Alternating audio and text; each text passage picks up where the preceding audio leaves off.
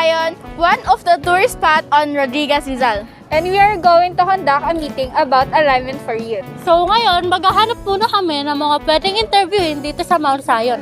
Tara, sama kayo!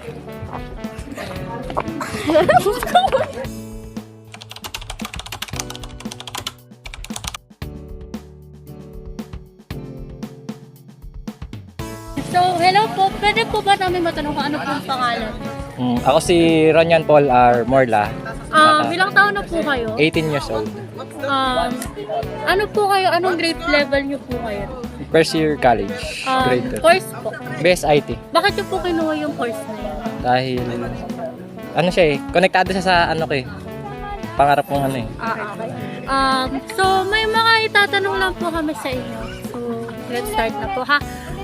First po na question namin, pag po ba may mga problema po kayo, paano nyo po siya na-overcome or na-i-handle?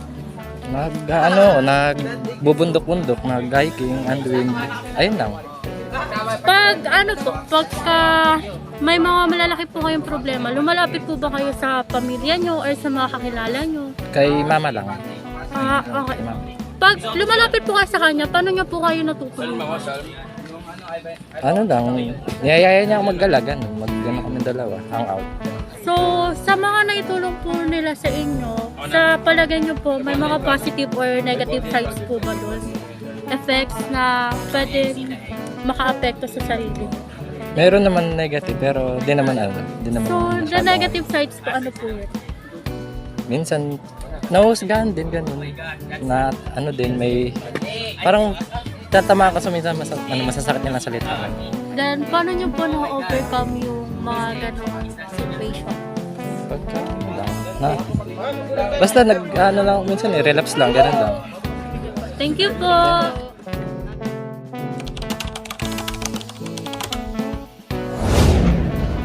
So, hello po. Pwede po ba namin malaman kung ano po ang pangalan?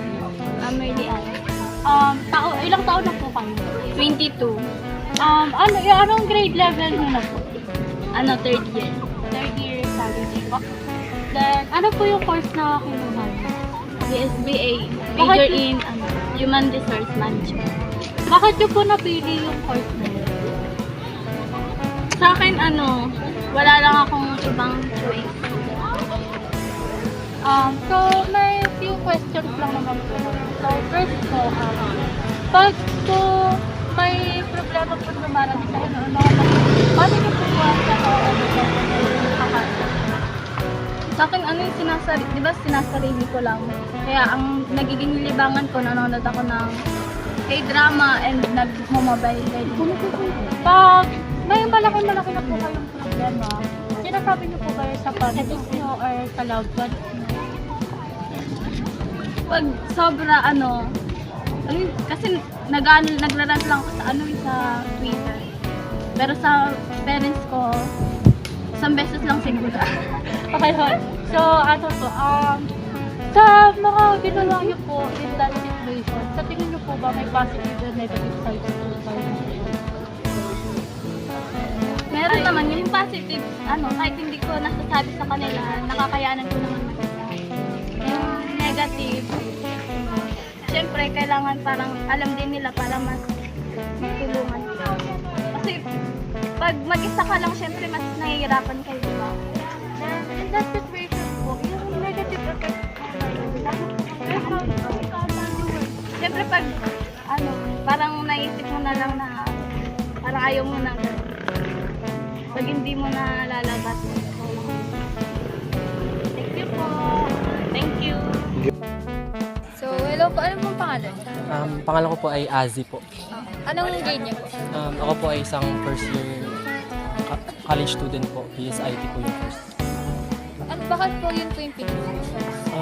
Yun po kasi yung in demand daw po, sabi po nila, then sabi ko din po ng mga nakakatanda ko pong kakilala na maganda po yung BSIT para po sa future. So, ito po yung tanong ko sa inyo.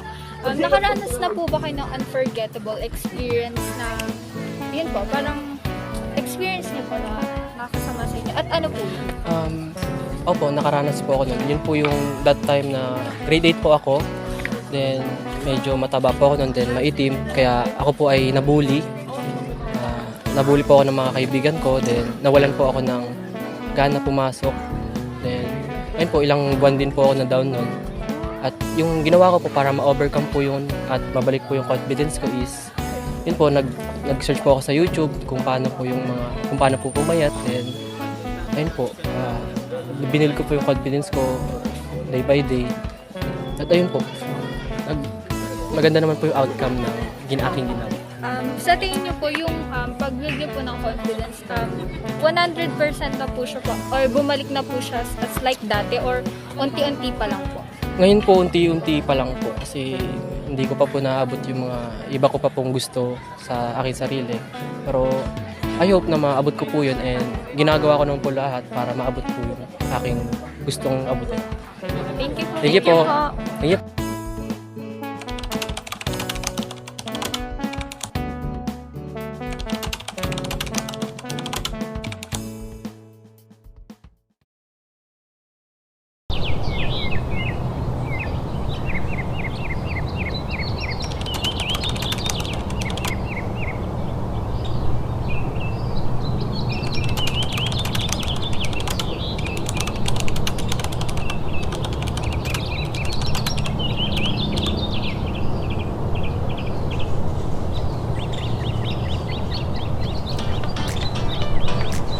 So hi guys! So this is our review of continuing our vlog.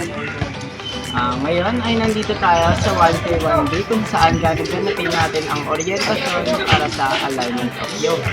Ngayon, sumama kayo sa amin upang mapakita ang aming artista.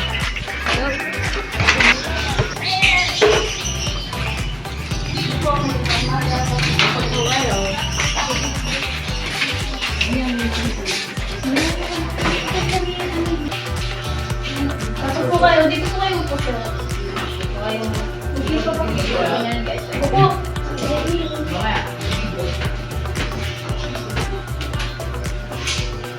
Hello everyone! So, andito kayo ngayon sa Alignment for Youth, which is sharing thoughts and giving advice sa inyo kung ano yung mga pwede nyo gawin. Kasi alam ko naman, marami kayong kinakarap sa buhay as like me. So kayong tanongin, kamusta kayo guys? Okay lang naman. So ngayon, hindi lang kayo nag-iisa dito. Kundi kasama ko si Mr. Viola. Please, mag-share tayo ng ating sarili. Mag-share kayo ng inyong mga problema. Okay guys, voluntary lang naman. Hindi ko sapilitan. Pag-isip niya lang. Problema? Guys, meron pa kami papakilala sa inyo. Hindi lang kami yung dalawa dito na pwede magbigay ng address sa inyo. So, meron braso. Masok na, Mr. Kilo. So, nga po pala si Daniel Garciano Kilo. Kaming tatlo po yung magbibigay natin sa inyo ngayon para ma-overcome nyo yung mga pinagdadaan nyo ngayon. So, syempre, di ba, alam naman natin na sa stress na pinagdadaan natin just few days ago, weeks and months. So, gusto namin kayong tanongin ulit kung kamusta yung buhay nyo, kamusta yung mental health nyo, yung actions nyo, anything about it. Parang may stress kasi ako ngayon kasi nung last na reporting namin, napahiya ako sa harapan dahil hindi dumating yung isang reporter. So parang na-disappoint ako sa sarili ko sa time na yun. Ang advice ko lang sa'yo ay ang mga pangyayari na iyon, pagsubok lang yan sa'yo. Dahil sa pagsubok na yan, is maaari ka pang lumakas sa pagharap mo sa pagsubok na yan at ma-overcome mo yan. Tuloy-tuloy na yan at hindi ka na ulit nakakaramdam na stress at pagkadismaya sa mga nangyayari. So, bago po tayo magtapos is may hinanda po kami sa inyo konting salo-salo para naman mabusog yung mga chat nyo sa dami ng nagsasalita namin. So, ready po ba silang bigyan na?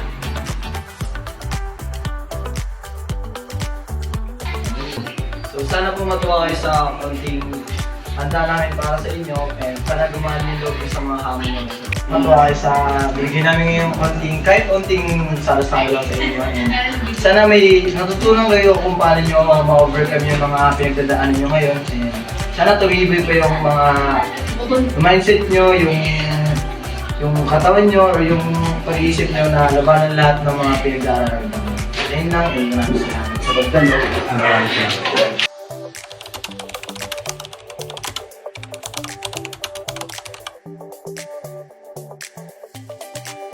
Not just the young or the old who face the problem or challenging in life, but all of us. Whether they can or not, all problems will be overcome together. Find out what you can do in society and help everyone. Everything has an answer. Just always remember that you're able to handle it. And don't give up on life's challenge. Laging tandaan ang kabataan, pag-asa ng bayan. Muli at nakakabuha ng aming lab patungkol sa Alignment for Youth. Muli ako si Jocelyn Bagera. Ako naman si Daniel Joshua Enroquillo. Ako naman si Kiko Mahanap. Ako naman si Jocelyn Bagera. Ako naman po ay si Lima Rivera. Ako naman po si Rose. Ako naman po si Peter Agarilan. We are the group 1 from 11 Tales. And muli, maraming salamat po sa panonood. Sana may matutunan kayo kahit nanonood po na kayo. And yun lang po. Thank you!